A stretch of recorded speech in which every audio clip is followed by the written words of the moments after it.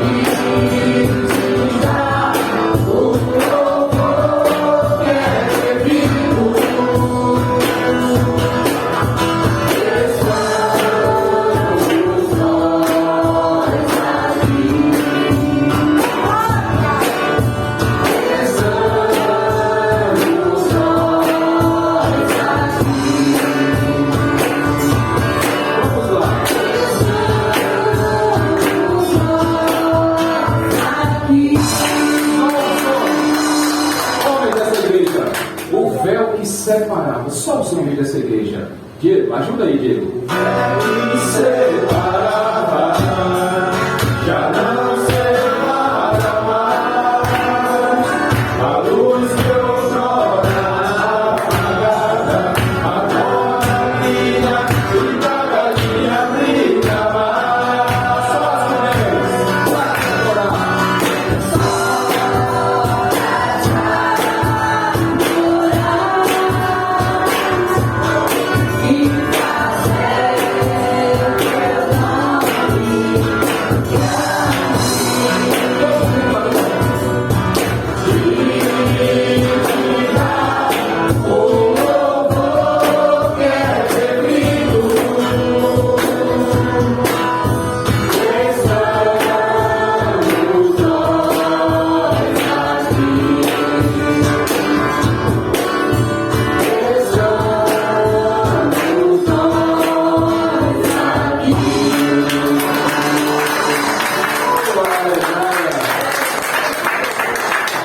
Depois da morte de Cristo, meus irmãos, o véu foi rasgado de alto a baixo e nada mais nos separa do amor de Deus que está em Cristo Jesus, o nosso Senhor. Aleluia.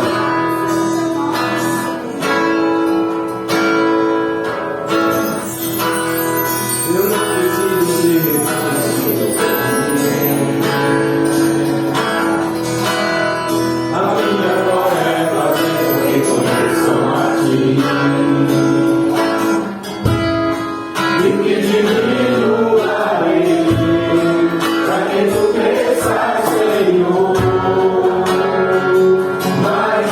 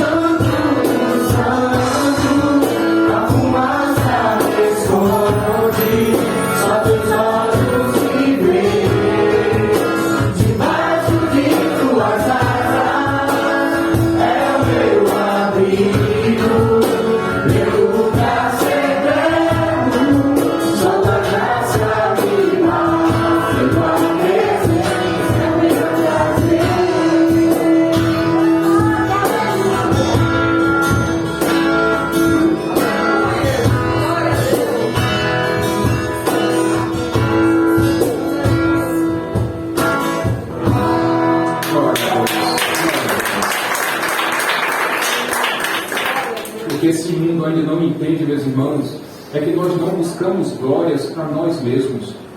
A nossa vida precisa ser para a glória de Deus.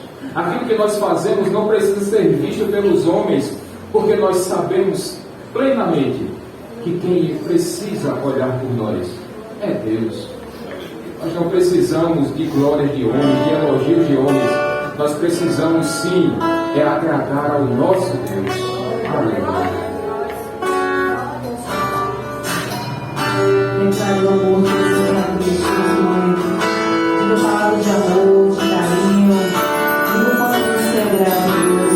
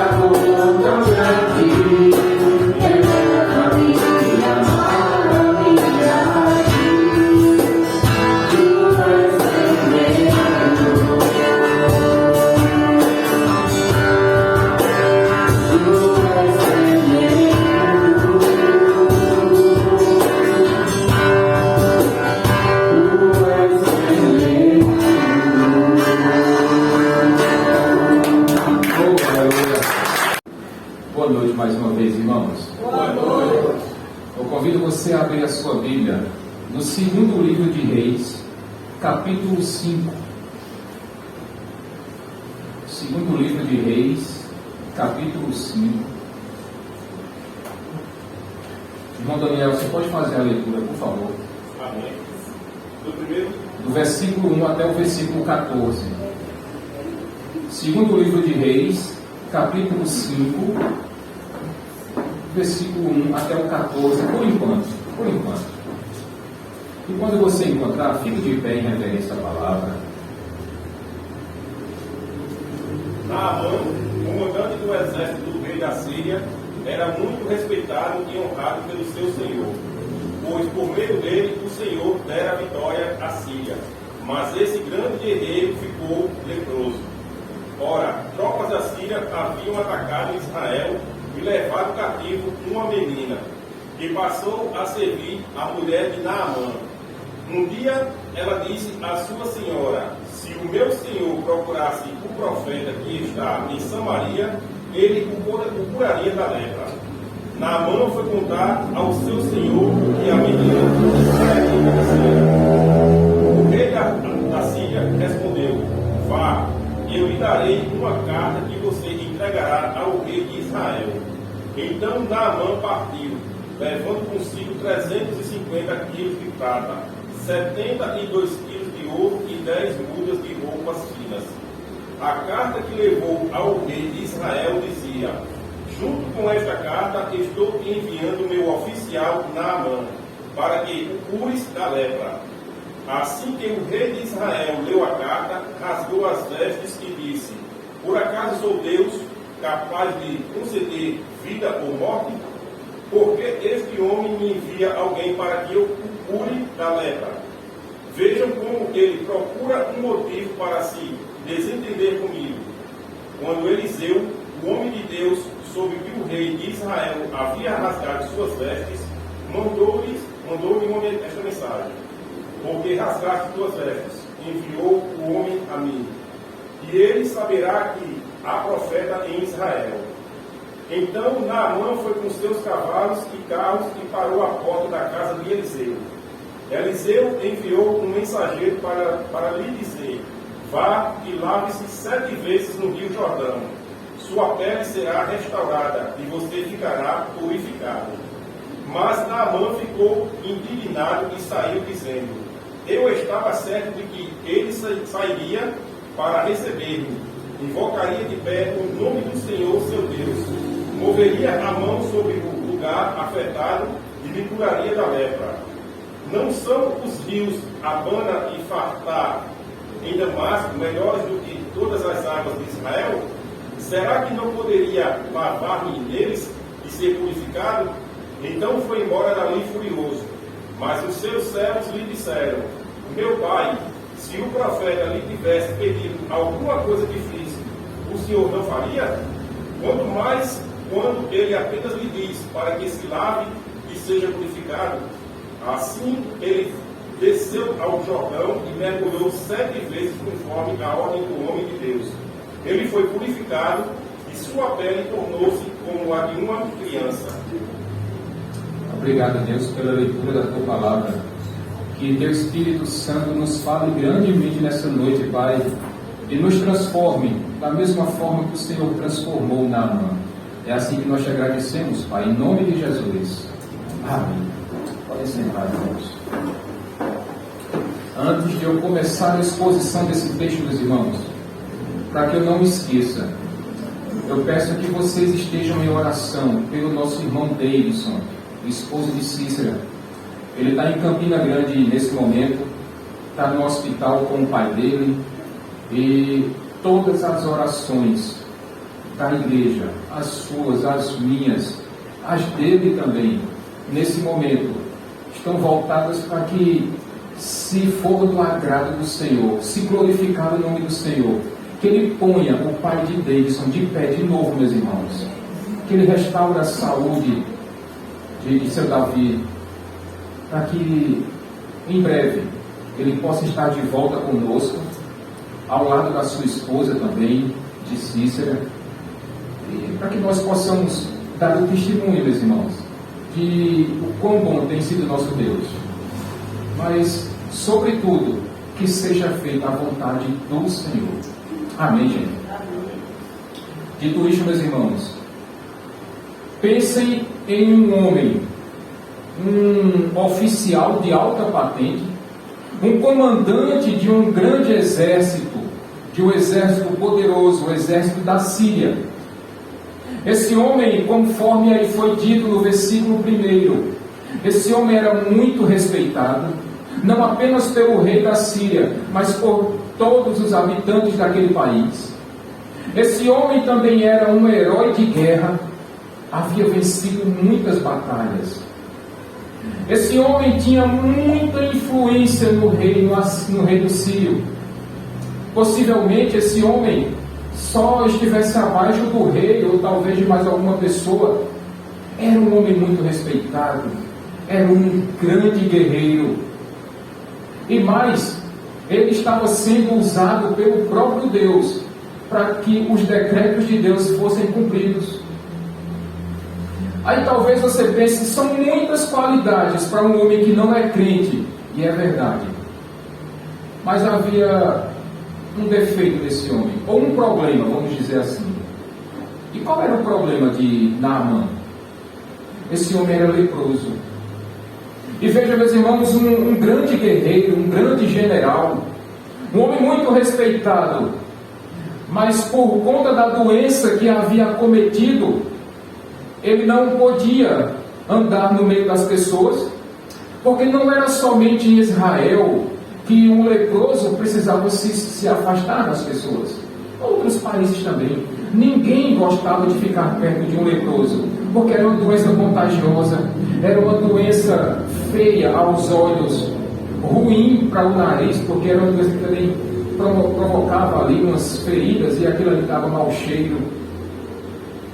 Esse homem chegava em casa e possivelmente nem em casa ele tinha condições de ficar tirando a sua armadura, porque pense numa situação: esse homem vai para uma guerra e ele veste aquela armadura de ferro, de metal. Imagina esse homem suado, quando ele tirasse aquela armadura, Mateus, cheiroso. Talvez nem mesmo a própria esposa aguentasse ficar perto dele, talvez nem ele aguentasse. Os soldados tinham que aguentar, eram subordinados ao general. E quem é doido de dizer: general, vai falar que você está fedendo? Eu não estava nem doido.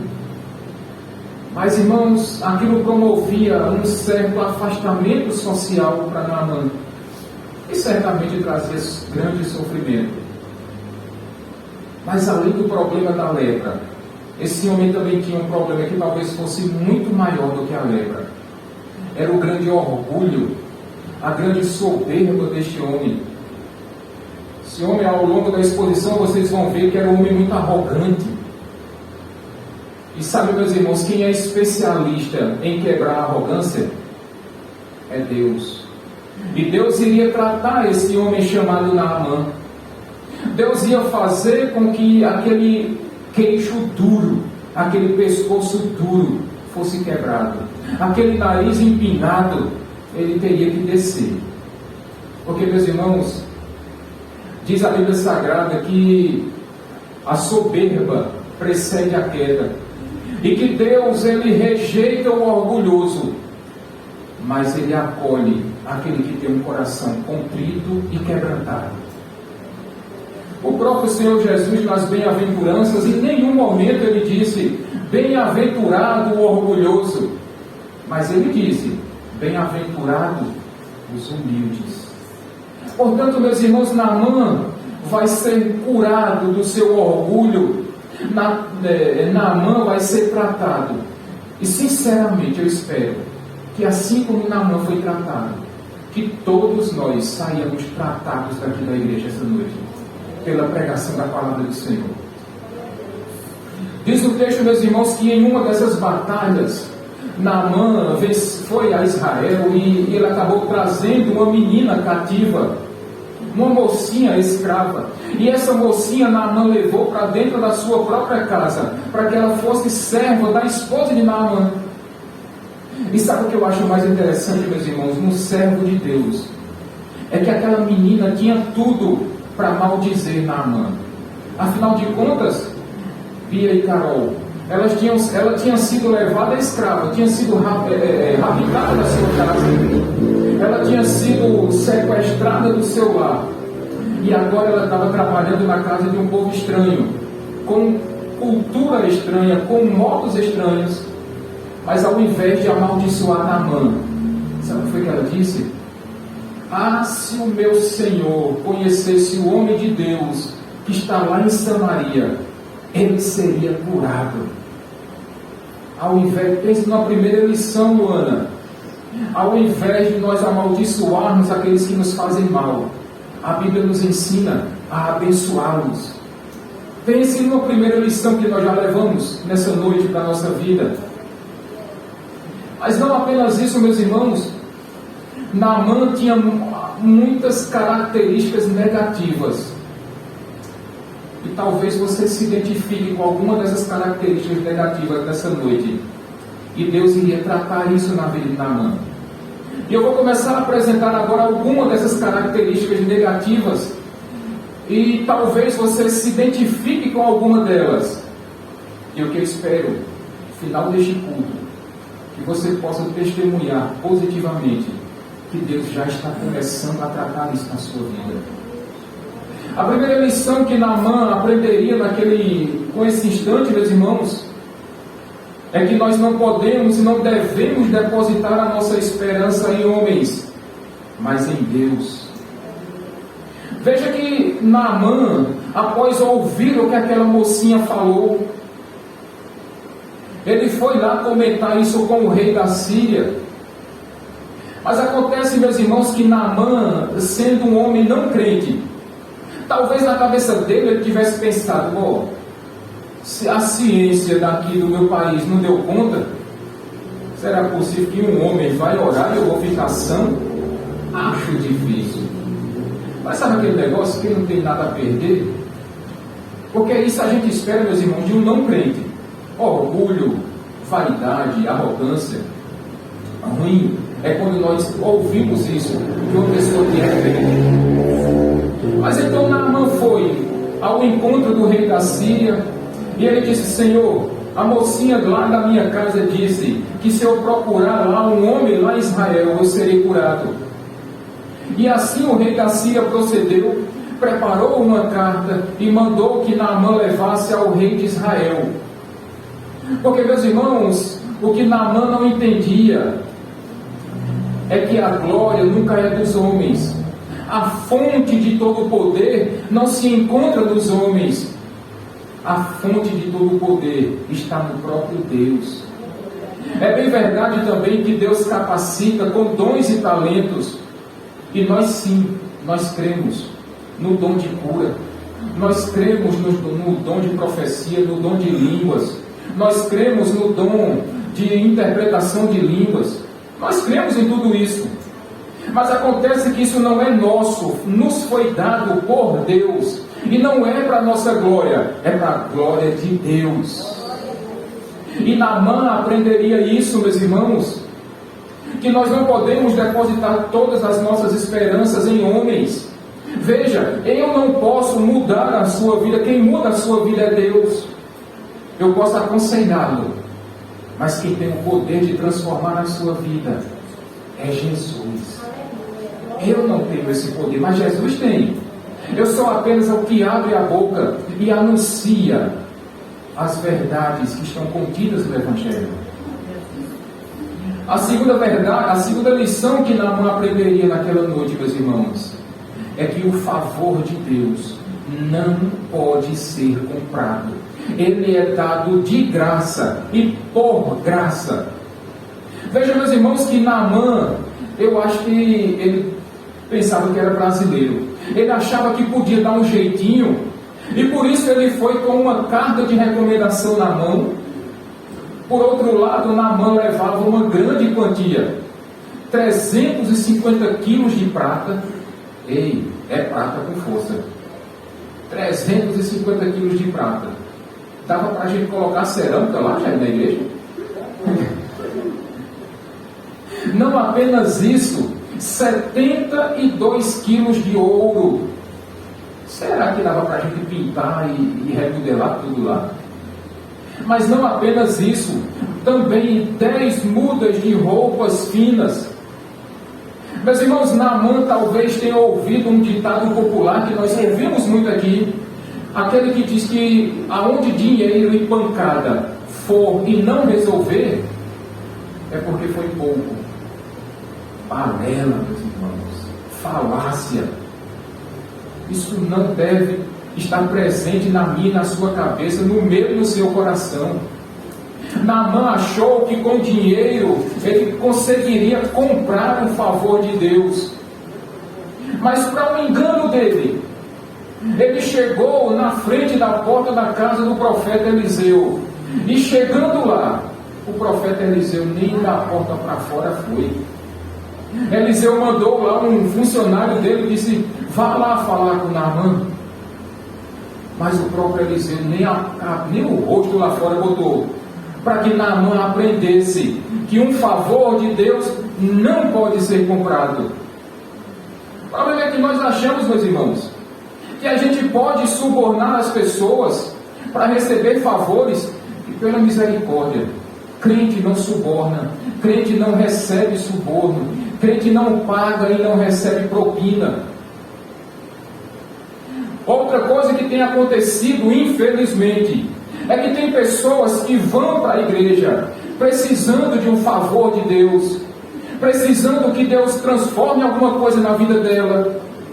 E porque Deus é muito bom, porque Deus é muito misericordioso, porque Deus é rico em graça, Ele concede o favor àquela pessoa.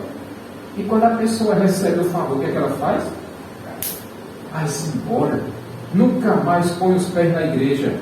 Isso acontece todos os dias, em todas as igrejas. Isso não é novidade. Tem tanta gente que chega na igreja com casamento em frangalhos. Tem gente que chega com problema com os filhos, problema com familiares, problema no trabalho, problema financeiro, problema emocional, problema de toda sorte, achando que pode enganar a Deus. E aí começa a fazer uma doação, uma oferta, como se conseguisse comprar uma bênção, um milagre de Deus. Isso não existe, meus irmãos. Ninguém consegue subornar Deus. Ninguém consegue pagar propina a Deus. Isso tem acontecido muito nas igrejas hoje. As pessoas dizem, olha, você dá X e Deus é obrigado a devolver 10X para você. Eu não sei onde foi que inventaram isso, porque na Bíblia não está. Mas tem pessoas por aí afora que pregam esse tipo de mentira e enganam pessoas. Mas também pessoas que querem ser enganadas. Uma terceira lição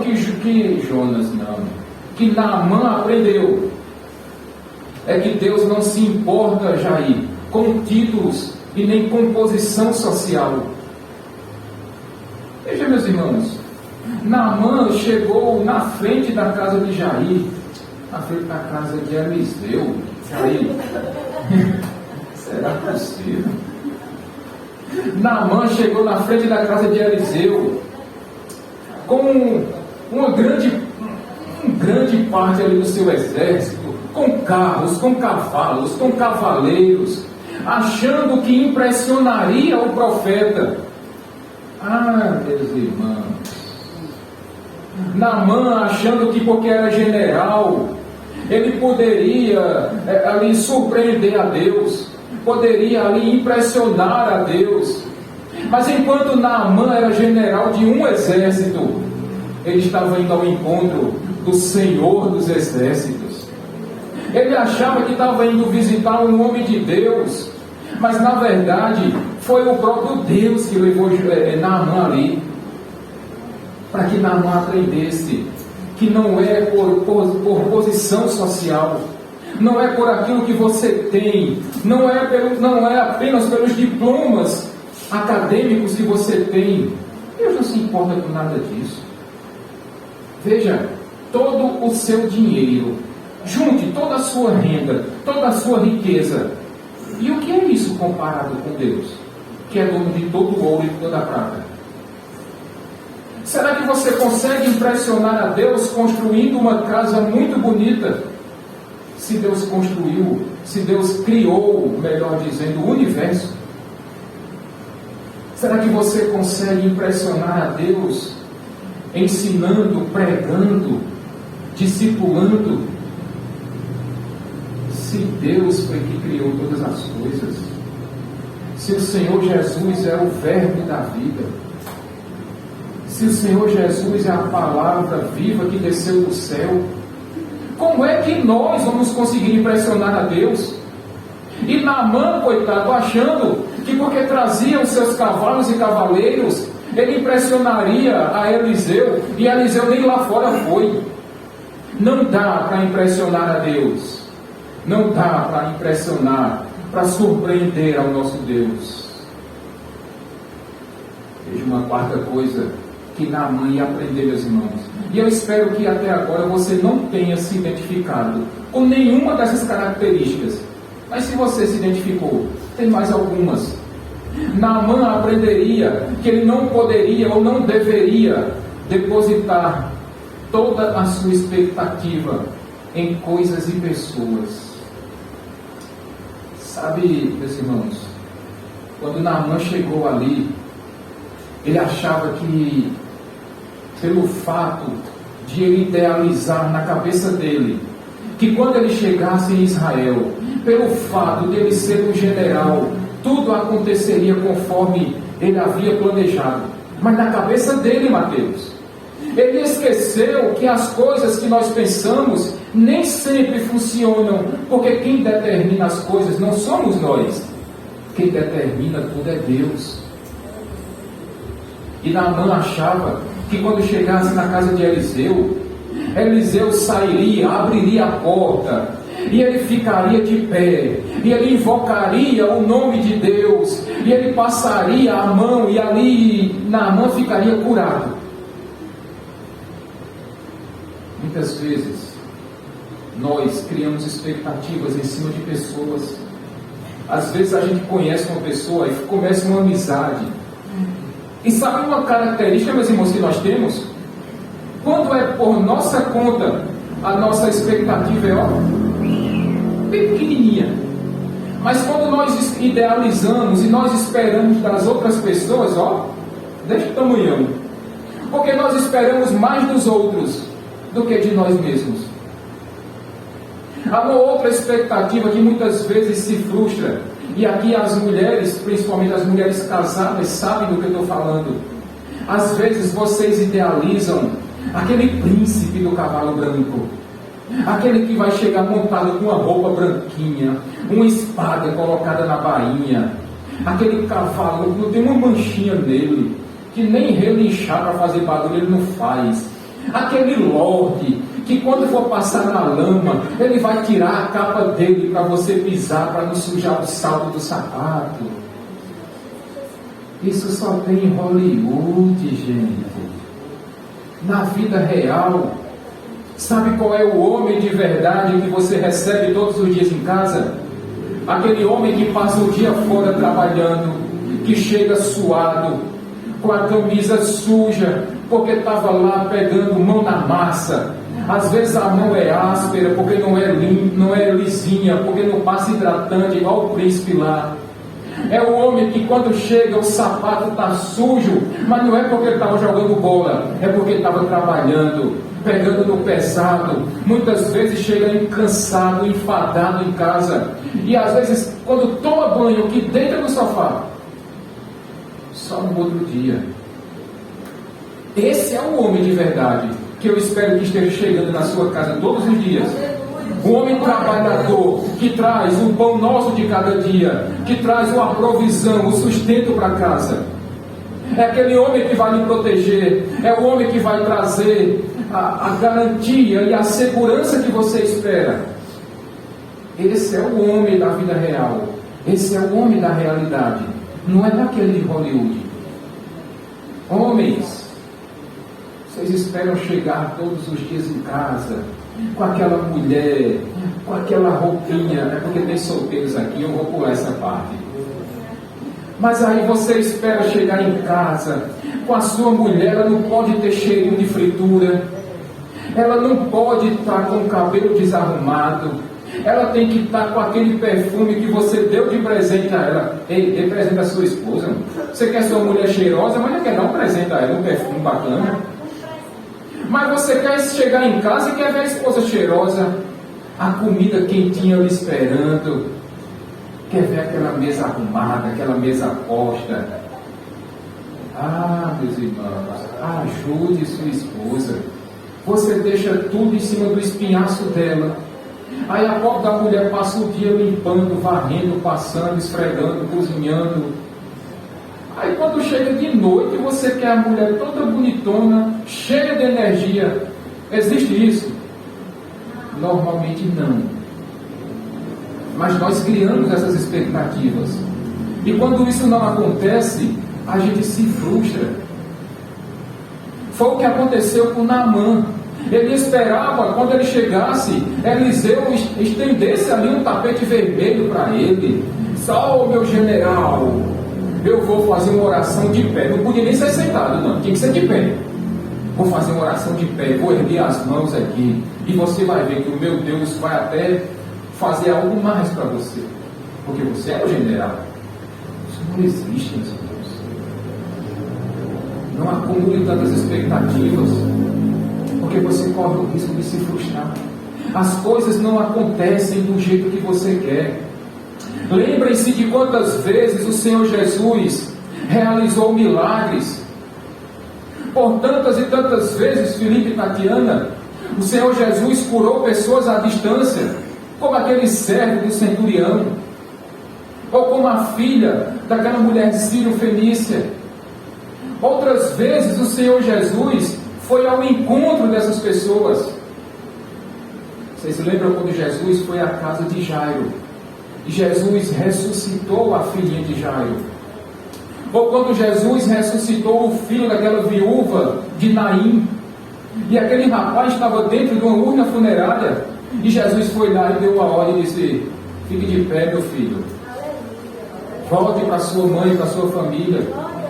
Ou quando o Senhor Jesus deu uma ordem para Lázaro, que já fazia 4 dias que estava morto, e Jesus gritou: Lázaro, vem para fora. E Lázaro saiu lá todo enfaixado, a múmia viva, todo bonitão ali. Outras vezes, meus irmãos, o Senhor Jesus fazia milagres assim, de forma que a gente até nem espera. Imagine irmã Dorinha, irmã Adelaide, irmã Aparecida. Jesus, para curar um cego, ele foi lá, fez,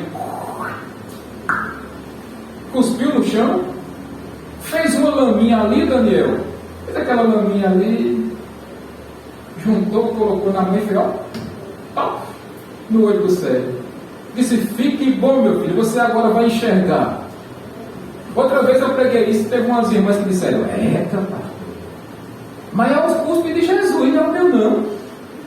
Se você fosse cego, Jair, Francisco, se vocês fossem cegos e Jesus cuspisse no chão, fizesse o laminho e dissesse: joga no olho para você enxergar, e aí?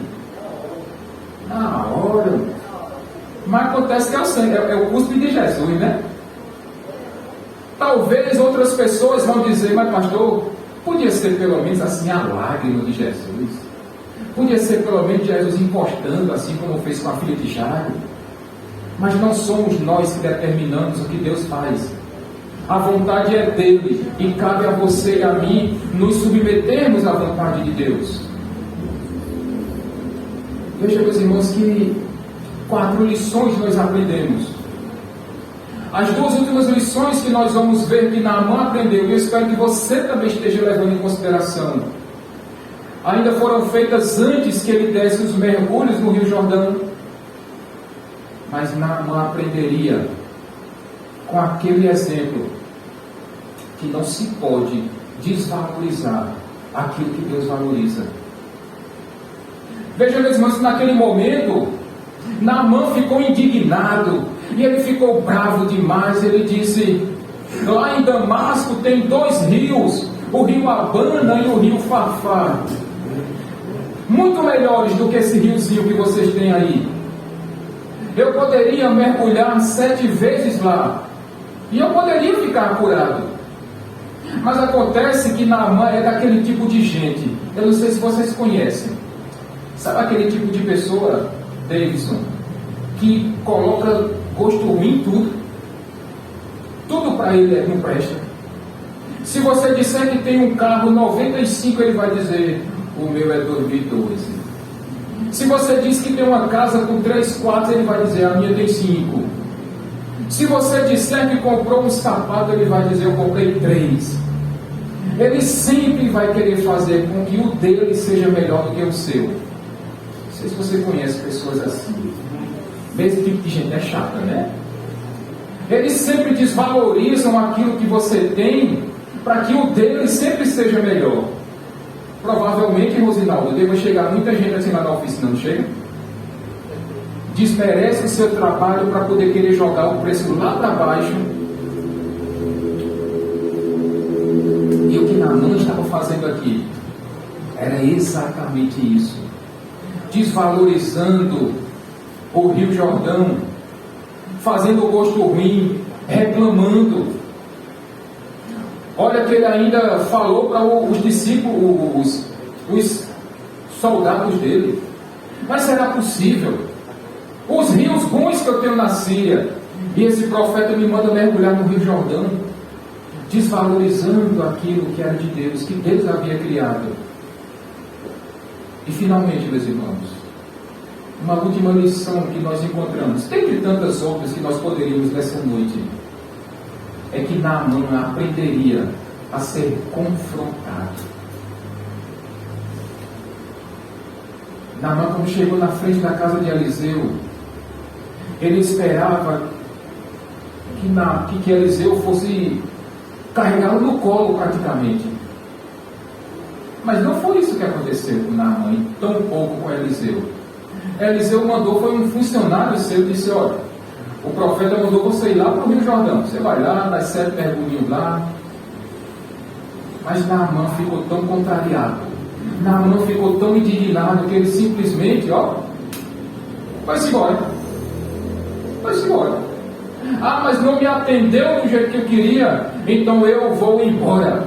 Fez bico, é assim, bicudo, ficou bicudo. Mas magoou, fez biquinho. Sabe, meus irmãos, todos nós, isso cabe para todos nós precisamos aprender a sermos confrontados. Porque senão, meus irmãos, o seu pastor vai confrontar o seu pecado e você vai dizer: pastor, magoei, vou embora. Quantas igrejas você vai percorrer? Porque pastores sérios confrontam o pecado das suas ovelhas. E se todas as vezes que você for confrontado pelo seu pecado, você fazer biquinho e resolver ir embora, qual igreja você vai parar? E se o seu patrão confrontar o seu atraso no trabalho, ou o seu erro, você vai ficar pulando de emprego em emprego? Você vai ficar fazendo biquinho para o seu patrão dizer: fala assim comigo não. Você está pensando que é quem? Dê-me esse conta aí que eu vou embora. Vai parar em quantos empregos? E vocês, casados, homens e mulheres, se todas as vezes que vocês forem confrontados pelos seus cônjuges, vocês vão ficar se separando, pulando de casamento em casamento, até quando? Até quando? Naamã aprendeu a ser confrontado. E nós também precisamos aprender, meus irmãos, a sermos confrontados. Vocês, pais, precisam aprender a dizer não aos seus filhos desde pequenos. Porque se vocês não ensinarem, o mundo ensina. E é pior ouvir um não do mundo sem estar preparado do que ouvir um não dos pais. Porque isso é educativo, é pedagógico. Mas aí os pais não querem mais dizer não aos filhos, para os filhos não ficarem magoados. Papai, eu não amo mais o Senhor. Não espere ser amado pelos seus filhos. Espere ser respeitado. Aí você precisa. Sejam respeitados pelos seus filhos. O amor vem na sequência. Mas vocês precisam aprender a dizer não aos seus filhos, a confrontá-los. E Deus é tão bom com Naamã, meus irmãos, que Deus colocou soldados que chegaram para ele e disseram: pai, Senhor, se o profeta tivesse pedido coisas difíceis, do tipo enfrentar um grande exército, ou enfrentar vários leões à espada, o senhor não enfrentava? Por que o senhor não vai dar lá 7 mergulhos no Rio Jordão? É tão simples isso. E é interessante que Naamã fez mais ou menos assim, Felipe. Eu vou. Olha quem está mudando, não. Vou porque eu quero. Porque ele não manda em mim. Vou porque eu sou bonzinho. Vou fazer um agrado ao profeta. Eu vou. Mas foi. E meus irmãos, diante dessas características, talvez você tenha se identificado com algumas delas, ou queira Deus que nenhuma.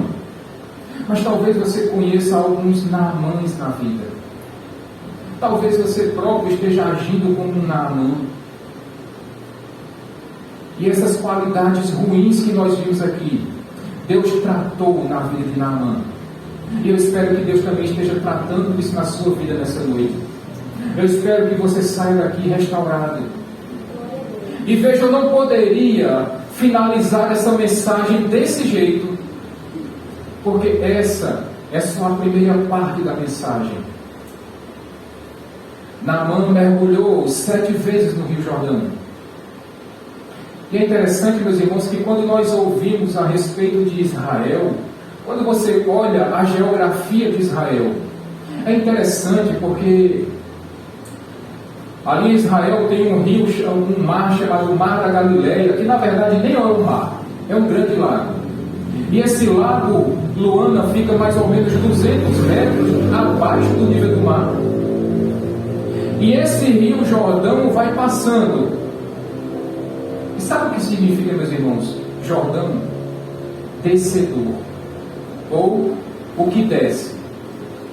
E esse rio vai descendo, e ele vai bater lá, vai desembocar lá no Mar Morto.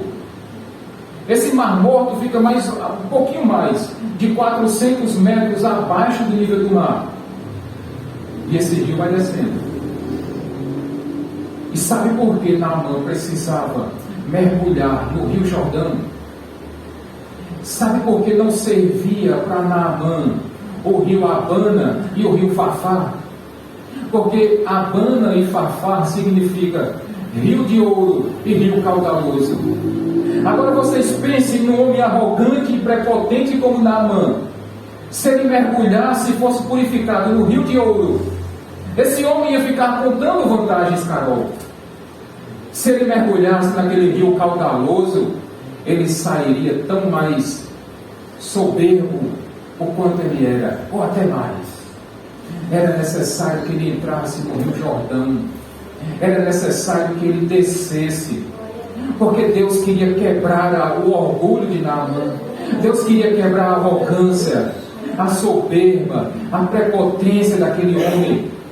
E somente no descedor, era para ele descer mesmo, era para Deus quebrar aquele pescoço duro dele, era para Deus descer aquele nariz empinado, para ele saber que não poderia viver uma vida dessas, porque toda soberba conduz à ruína. Era por isso que tinha que ser no descedor. E após Naamã mergulhar 7 vezes, agora vem a transformação que Deus fez em Naamã. Por favor, Daniel, versos 15 a 19.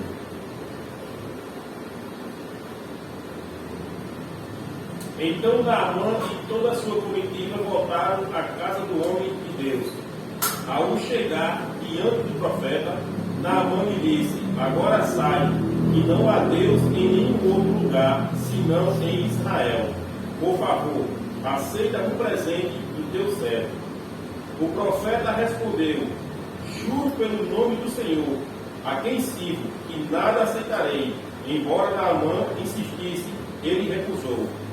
E Naamã disse: já que não aceitas o presente, ao menos permite que eu leve 2 mulas carregadas de terra, pois teu servo nunca mais fará holocaustos e sacrifícios a nenhum outro Deus senão ao Senhor.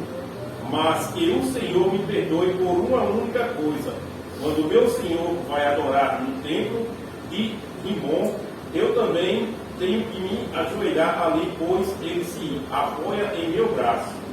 Que o Senhor perdoe o teu servo por isso. Disse Eliseu: vá em paz. Até. Quando Naamã já estava a certa distância. Obrigado.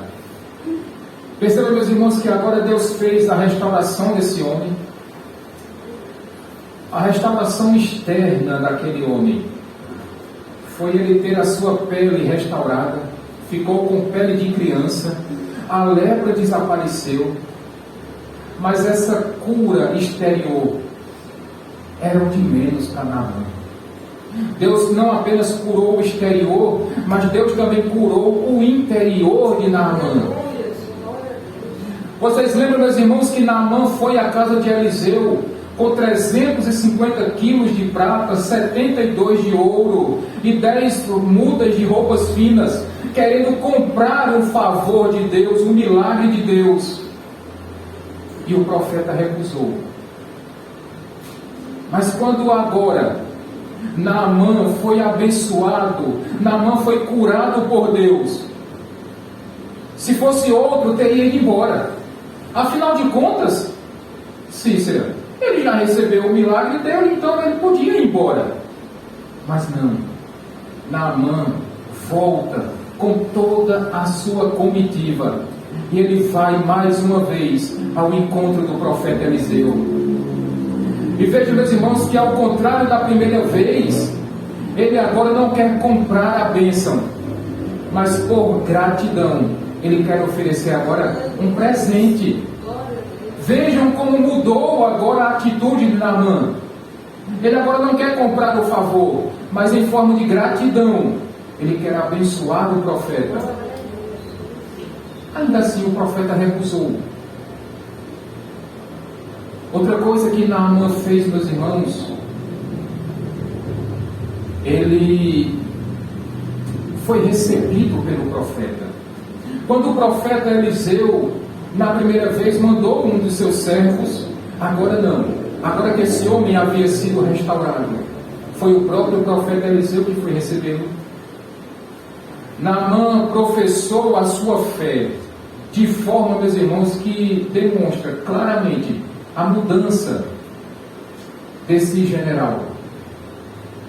Ele disse: agora eu sei que não há Deus em nenhum outro lugar que não seja em Israel. Ele estava reconhecendo, meus irmãos, diante de Deus e dos homens, que os deuses da Síria, na verdade, eram pseudos deuses. Eles não tinham poder. Aliás, só existia e só existe um único Deus, todo-poderoso, que é o Deus de Israel. Naamã reconheceu isso de tal maneira que ele disse: agora eu nunca mais eu oferecerei holocaustos e sacrifícios a outros ídolos, a outros deuses. Esse homem foi plenamente convertido, meus irmãos. Totalmente convertido. E não para por aí. A demonstração de que esse homem tinha aprendido e que Deus havia quebrado o orgulho dele é que, se você perceber do verso 15 até o verso 19, 5 vezes Naamã vai dizer agora: teu servo, eu sou teu servo, recebe o presente do teu servo, que Deus perdoe o seu servo. 5 vezes. Talvez na sua Bíblia tenha um pouco menos, mas dependendo da sua versão, você vai encontrar 5 vezes Naamã dizendo agora, se apresentando não mais como grande general Jair, mas agora como servo, coração quebrantado, coração contrito diante de Deus. E Naamã faz aqui uma declaração, meus irmãos, no mínimo estranha, mas totalmente aceitável. Ele vai dizer que o Senhor me perdoe, porque o meu Senhor, o rei da Síria, adorava um Deus chamado Rimon. E Naamã está dizendo: olha, eu só peço que Deus me perdoe, porque quando o rei precisa adorar o Deus dele, ele se curva, e para poder dar um suporte ao rei, eu preciso me curvar. Mas eu não vou adorar Rimon, porque eu só adorarei ao Deus de Israel. Sabe o que nós aprendemos, meus irmãos? Que nós podemos estar no mundo, mas nós não somos deste mundo. Nós convivemos com o pecado, mas nós não precisamos partilhar deste pecado. Você conhece pessoas tão ruins ou piores do que Naamã, mas você não precisa fazer igual elas fazem. Você não precisa se isolar do mundo, viver como um eremita, viver como os essênios, presos em um mosteiro. Não. Você pode estar nesse mundo, mas não viver como as pessoas deste mundo vivem. E finalmente Naamã diz: permita só que eu leve 2 jumentos cheios de terra, para que eu adore lá na Síria ao Deus de Israel. E é interessante, meus irmãos, que naquele momento os deuses, eles eram territoriais, eles eram nacionais. Cada país tinha os seus deuses. Mas Naamã está dizendo: deixa eu levar a terra daqui de Israel, para que eu adore o Deus de Israel lá na Síria.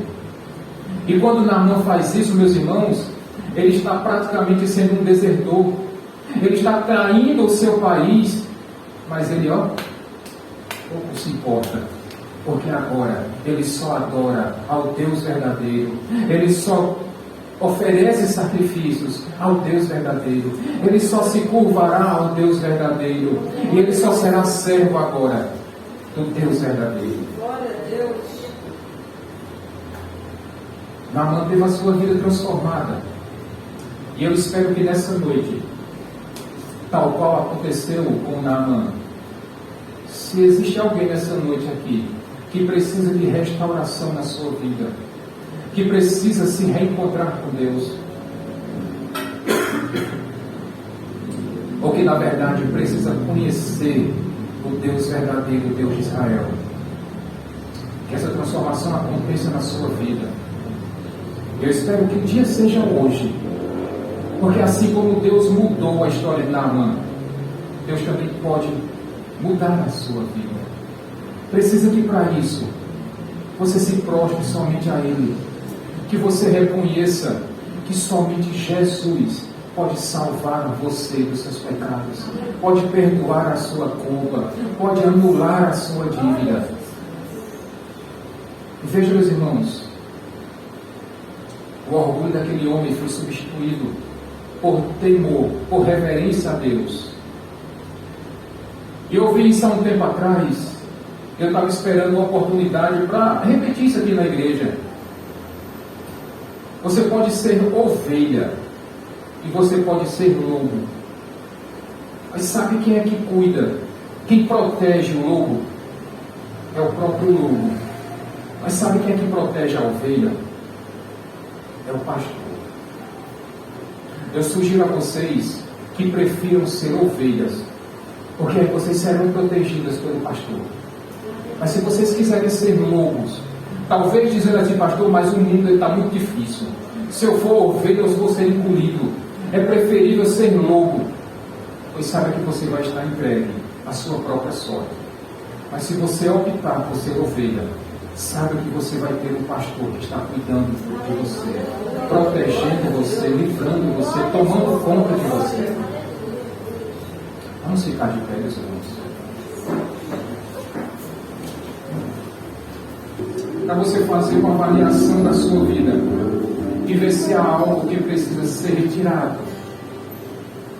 Nós abrimos o culto dessa noite, meus irmãos, Salmo 139, e o salmista diz: Senhor, vê se em minha conduta há algo que te ofende e dirige-me pelo caminho eterno. Se há alguma coisa que tenha ofendido a santidade de Deus na sua vida, essa é a noite para você se arrepender, para você abandonar isso e se voltar ao único e verdadeiro Deus. Enquanto o nosso irmão Marinho vai passar os elementos da Santa Ceia, eu queria que você fizesse essa análise da sua vida, em nome de Jesus.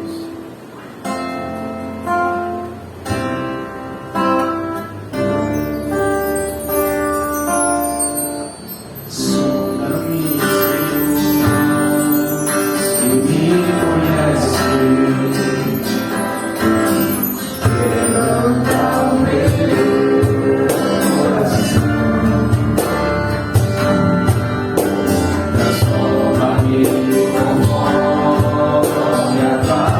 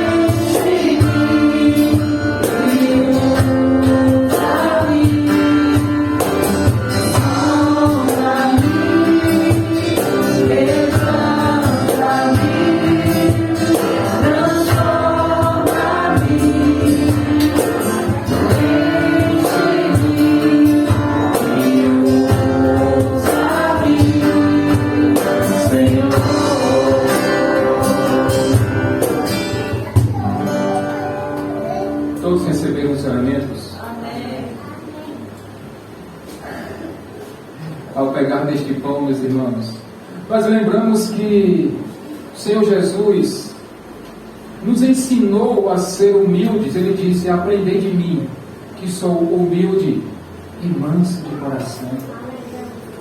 Nós temos a referência do nosso Senhor Jesus, que foi humilde, obediente até a morte de cruz, e se esvaziando da sua glória, ele se fez servo e habitou entre nós.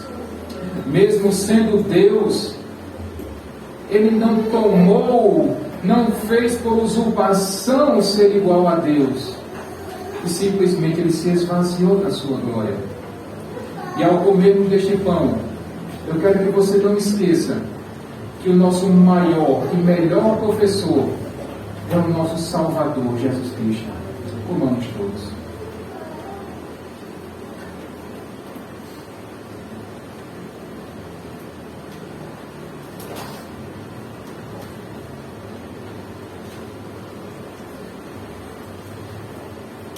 Muito obrigado, Senhor. Obrigado por nos ensinar, por ser tão paciente conosco. Obrigado por não nos cobrar, ó Deus, a culpa pelos nossos pecados, porque não conseguiríamos, ó Deus, pagá-los. Obrigado pelo teu sacrifício. Ao mesmo tempo, quando nós pegamos deste cálice, meus irmãos, e nós experimentamos deste cálice suave, mas na boca de Jesus foi amarga, na vida de Jesus foi amarga, porque ele tomou todo o cálice da ira de Deus até a última gota, para nós hoje bebermos deste cálice suave. E ao bebermos, nós também lembramos da grande demonstração do amor de Cristo por nós. Bebamos todos.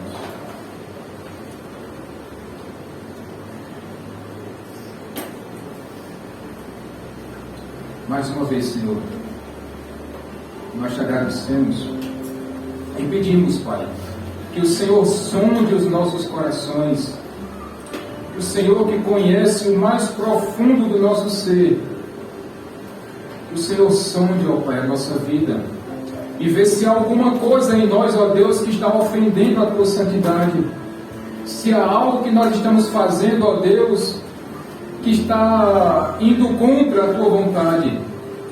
Que o Senhor arranque isso de nossas vidas, Senhor, para que nós não pequemos contra Ti, para que nós não desonremos o Teu santo nome, e para que nós possamos caminhar pelo caminho da eternidade. Muito obrigado, Pai Santo, em nome de Jesus. E que o amor de Deus Pai, que a graça do nosso Senhor Jesus Cristo e as consolações do Espírito Santo estejam sobre a sua vida, hoje e para todo sempre. E que Deus te abençoe, rica e abundantemente. Quinta-feira, eu aguardo vocês aqui, para a glória de Deus.